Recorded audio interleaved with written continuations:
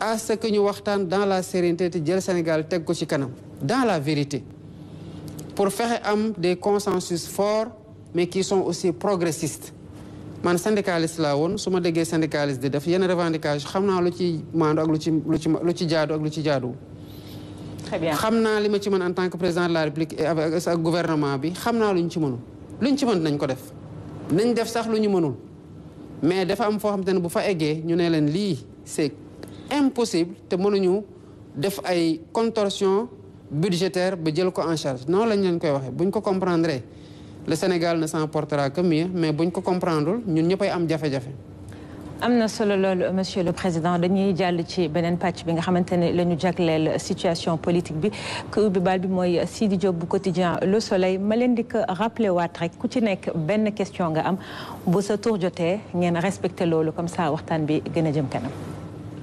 jërëjëf Mariama monsieur le président